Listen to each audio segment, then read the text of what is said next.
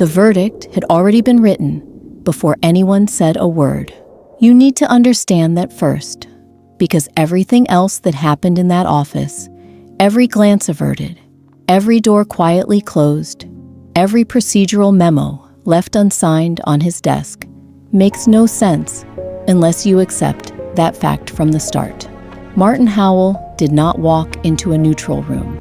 He walked into a room where the conclusion had been reached before the evidence was ever assembled, and every single one of his co-workers knew it. You've heard stories like this before. You've probably dismissed them. A man gets accused of something he didn't do. People say he was unlucky. He finds a lawyer. The system corrects itself.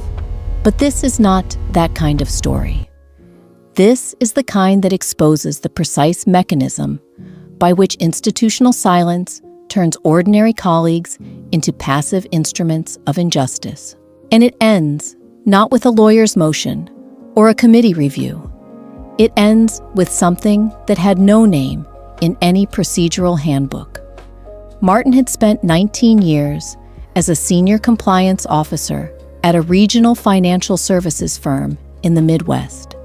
19 years of spotless evaluations, of arriving early and leaving late, of being the person others called when the numbers didn't align. He knew where every dollar moved in that building. That, as it turned out, was precisely why he was chosen. If you spend long enough understanding what a system holds, you also begin to understand what it hides. And when Martin found what was being hidden, a layered pattern of falsified vendor contracts routed through a subsidiary shell, he made the single choice that would cost him everything. He filed an internal disclosure report, quietly, correctly, by the book. If you have ever stood in front of a decision like that, with the document in front of you, in the hallway, empty, you already know the particular cold that fills your chest in that moment. It is not fear exactly. It is the recognition that something is about to happen that cannot be undone. Within 72 hours, the folder that bore his name in the compliance system had a new flag attached to it, and it was his own report, Reclassified, that became the instrument of the accusation. If something in this account is reaching you, if you know what it is to stand in a room where the air has changed and no one will meet your eyes, we invite you to stay close to this channel. Every account we unseal is kept alive by the community that witnesses it together. Subscribe and help us carry these stories forward. Welcome to Miracle Ledger. I am Claire. Tonight, we unseal another documented account from the archives of the unexplained. And I ask you to carry it carefully, because the man at its center carried it alone for far longer than any person should have to. Martin later described those weeks from the inside, and no external account can do them justice. I stood in the corridor of the 7th floor, the morning after I received the written notice of investigation, and I felt the floor tilt slightly beneath me, the way it does when your equilibrium fails. That half second where nothing is horizontal. My badge still worked. I could still open every door, but the space had reorganized itself around me in a way that had nothing to do with architecture. They did not fire me immediately. That would have been too visible, too blunt. Instead, the access to certain systems was quietly revoked. The weekly briefings I had always led were reassigned without explanation. My name disappeared from the distribution list for the board risk summary, a document I had contributed to for 11 consecutive years. Each removal was frictionless, bureaucratic, individually defensible. Taken together, they amounted to a slow erasure. My supervisor, Raymond Carver, a man who had shaken my hand at my decade anniversary dinner and told the table that I was the institution's institutional memory, would pass me in the hall without acknowledgement, not with hostility, with the particular absence that is colder than hostility.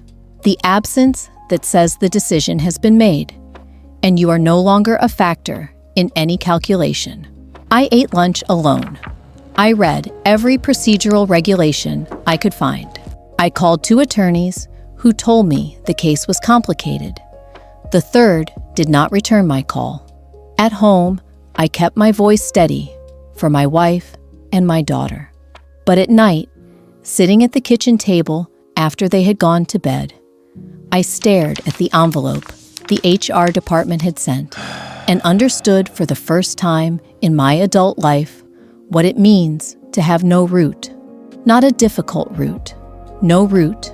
Raymond Carver had been with the firm for 26 years.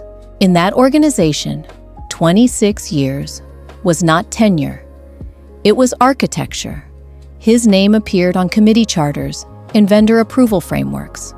His signature was on the founding documents of the compliance protocol that Martin had used correctly to file his disclosure. That was the closed loop, and it took an outside observer to see how elegantly it had been constructed. When Martin's report was received by the internal audit committee, it was Carver who led the preliminary review. It was Carver's office that provided the contextual interpretation of the vendor records to the committee. And it was Carver's administrative assistant, later identified as a key collaborator, who prepared the reclassification that transformed a disclosure into an accusation. The procedural maneuver was not clumsy, it was institutional. Every step had a memo. Every memo had a signature from someone who had reason to trust Carver's authority. The committee that reviewed the findings was populated by 3 vice presidents, 2 of whom had been mentored directly by Carver over the course of the previous decade. Those rooms have a particular quality. The overhead lighting runs cold and flat, the same temperature as any administrative corridor, and nothing in the furniture suggests that what is being decided inside will alter a man's entire professional existence. There was something more durable than conspiracy. A set of loyalty structures so embedded in the organization's culture that the outcome required no coordination. It simply required that each person do what they had always done.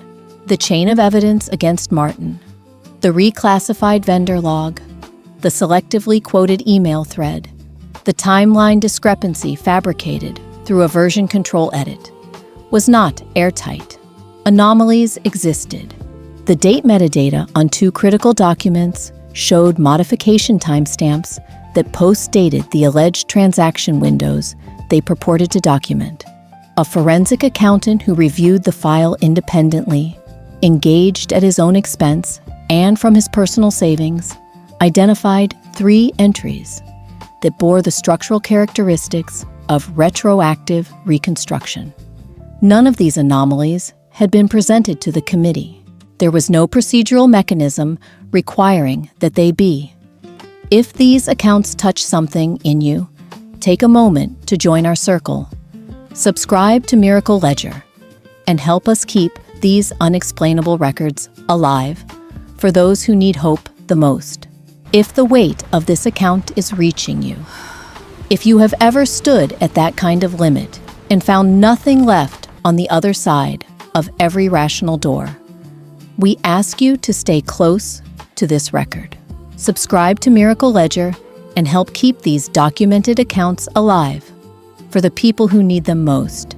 Because what happens next in Martin Howell's case cannot be explained by any of the procedures that governed every moment before it.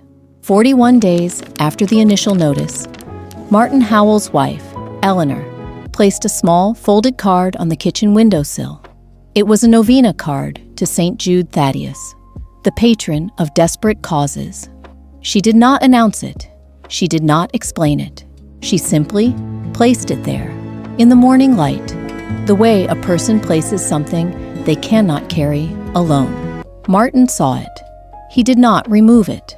That evening, for the first time in weeks, he sat beside her on the couch instead of at the kitchen table. For those who carry the traditional faith, we know that an unexpected turn is never mere coincidence. It is the careful, quiet signature of intercession. And what followed in the days after that card appeared on the windowsill cannot be explained by the sequence of institutional procedures that had, until that point, governed every moment of this case. On the 43rd day, a junior analyst in the firm's technology infrastructure division, named Theo Vasquez, submitted a voluntary statement to the state regulatory authority. Vasquez had not been approached. He had not been subpoenaed. He had made his decision independently, over the course of a weekend, after finding in a routine system audit a cache of version control logs that had been scheduled for automated deletion. He recovered those logs. He printed them. He drove them to the regulatory office on a Saturday morning because, as he would later state, he could not carry them to Monday. The logs contained time-stamped evidence of document modification across 47 entries. 14 of those entries directly contradicted the timeline used to construct the accusation against Martin Howell. The modification metadata pointed to a single workstation. The workstation was registered to Raymond Carver's administrative assistant. Carver's own access credentials had been used to authorize the session. You need to understand the pace at which this moved once the logs were in the regulatory record, because it did not move slowly. Within 6 days, the state authority had issued a hold on the internal committee findings. Within 11 days, an independent forensic firm had been appointed.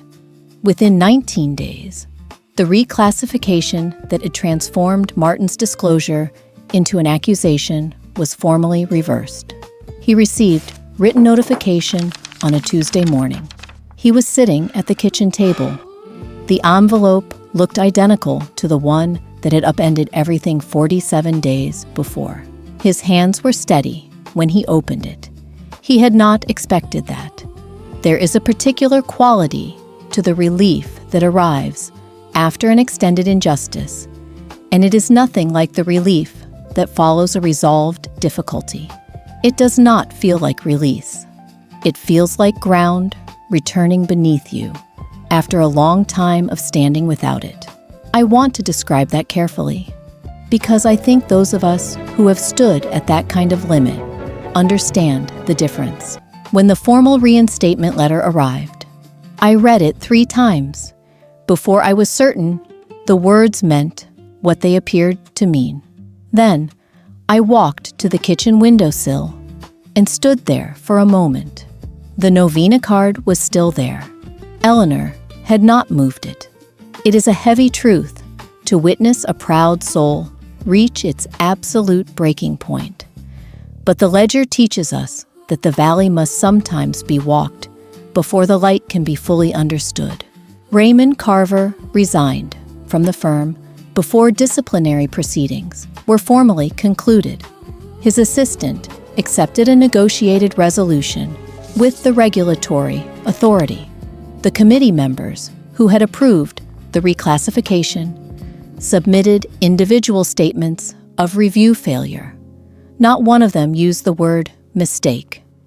Martin returned to a different role. Not the same desk, not the same system access.